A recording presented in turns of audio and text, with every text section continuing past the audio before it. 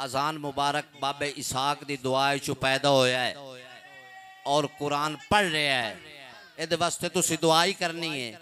ये बच्चा बयान करे सी इंशाअल्लाह तुहाडे दिल नू मुनव्वर करे सी। एक दफा नारा सुन, नारा तकबीर, हाथ खड़ा कर, इंज नहीं इंज नहीं मजा आया, हाथ खड़ा करके ऊंची आवाज, नारा तकबीर, नारा रिसालत, नारा हैदरी, नारा हैदरी।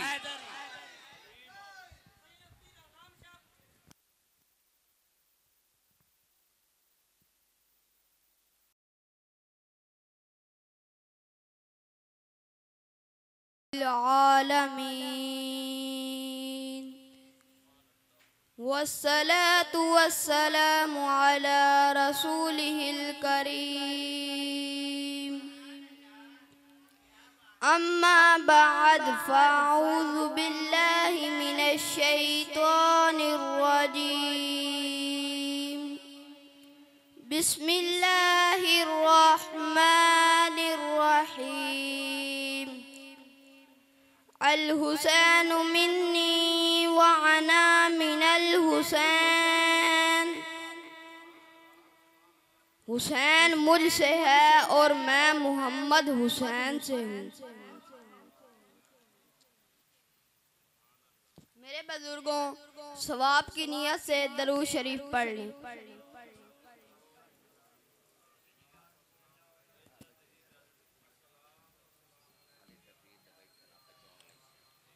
आँखों का नूर, सीने की ठंडक हुसैन है।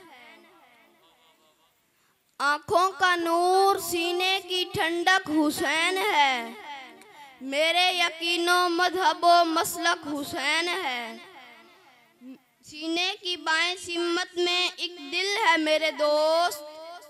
सीने की बाएं सिम्मत में एक दिल है मेरे दोस्त। इस दिल में जिंदगानी की धक धक हुसैन है।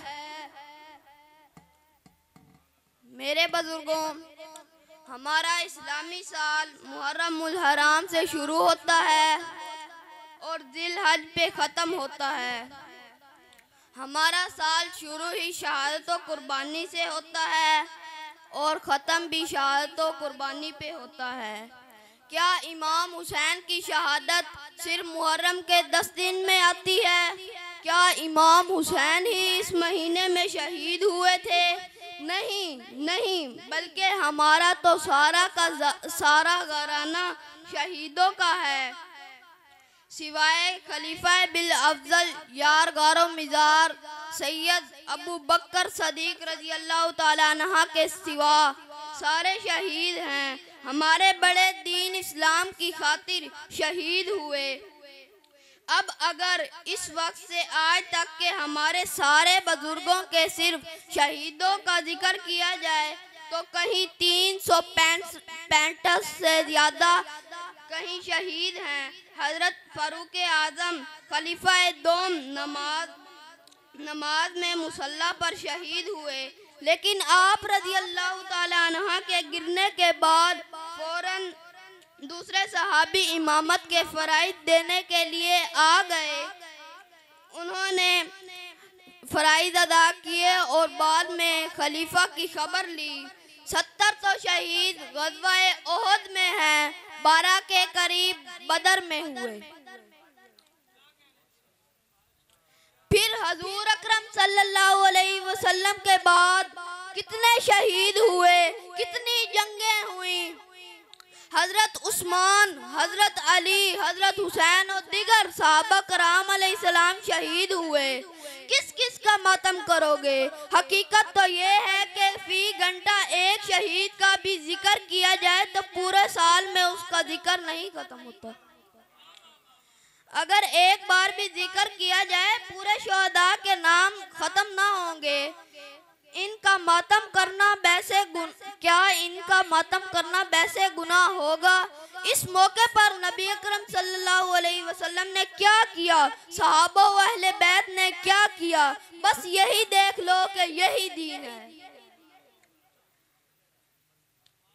हजरत हुसैन रजी अल्लाह ताला अन्हा आप हिजरत के चौथे साल 5 शोबान को मदीना तय्यबा में रौनक अफरोज आलम हुए और 10 मुहर्रम 61 हिजरी में 55 साल की उम्र में शहीद हुए। आप सल्लल्लाहु अलैहि वसल्लम ने आप रज़ी अल्लाह ताला अन्हा की तस्नीक फरमाई, यानी खजूर चबा कर उसका रस आप रज़ी अल्लाह ताला अन्हा के मुंह में डाला और कान में अजान दी, यानी खजूर चबा कर उसका रस उनके मुंह में डाला और कान में अजान दी और उनके लिए दुआ फरमाई और उनका नाम हुसैन रखा।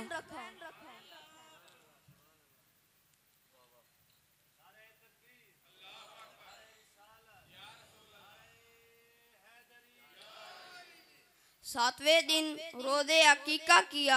आप बचपन ही से शुजाओ दिलेर थे। रसूल करीम सल्लल्लाहु अलैहि वसल्लम फरमाते हैं, हुसैन मुझसे है और मैं मोहम्मद हुसैन से। या अल्लाह, जो हुसैन से मोहब्बत करे ना, तू भी उससे मोहब्बत फरमा।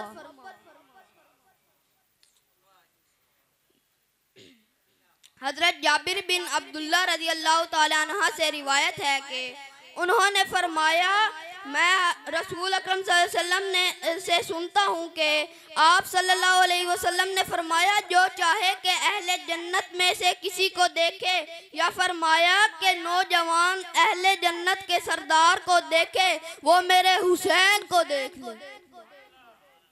एक दिन इब्ने उमर काबा के साए में बैठे हुए थे। देखा कि हजरत हुसैन सामने से आ रहे हैं। उनको देखकर फरमाया, ये शख्स उस जमाने अहले आसमान के नज़दीक सारे अहले ज़मीन से ज़्यादा महबूब है। वाक़या करबला की कुर्बानी का मकसद क्या था? वाक़या शहादत को अव्वल से आखिर तक देखें। आपको हजरत हुसैन के खतूत और किताबात को गौर से पढ़ें, आपको मालूम होगा कि मकसद क्या था। नंबर 1, किताबों सुन्नत के कानून को सही तौर पर रिवाज देना। नंबर 2, इस्लाम के निज़ाम अदल को इजाज़ी तौर पर कायम करना। नंबर 3, हक के मुकाबले में नुमाइशों से मरऊब रहना। चौथा, हक के लिए अपनी जानो माल औलाद सब कुर्बान कर देना। पांचवा, खौफे हरास और मुसीबतों मुशक्कत में ना घबराना, हर वक्त अल्लाह का शुक्र अदा करना।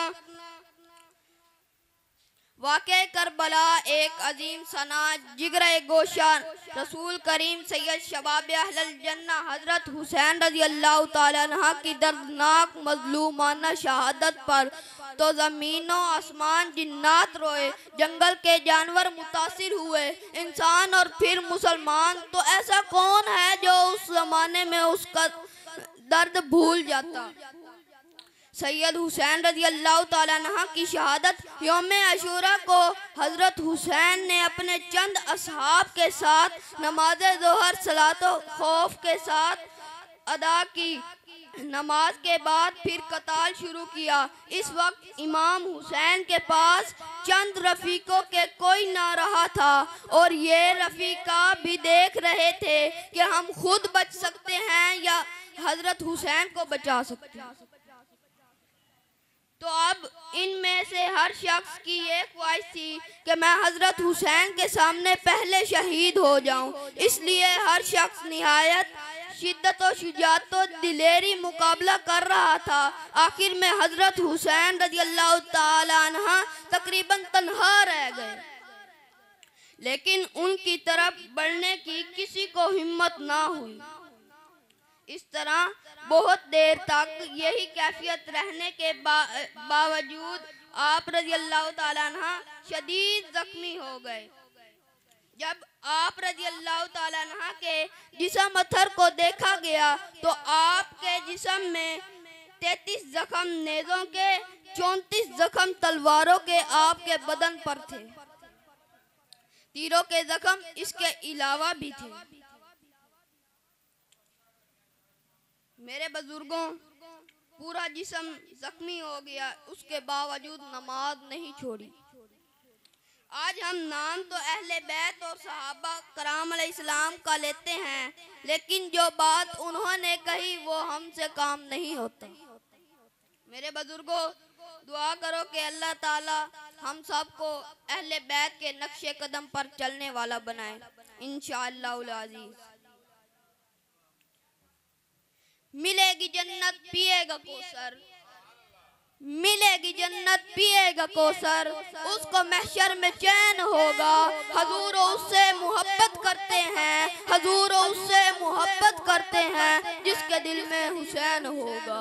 वमा अलैना इल्लल बलागुल मुबीन। जिंदगी बाकी मुलाकात। माशाअल्लाह।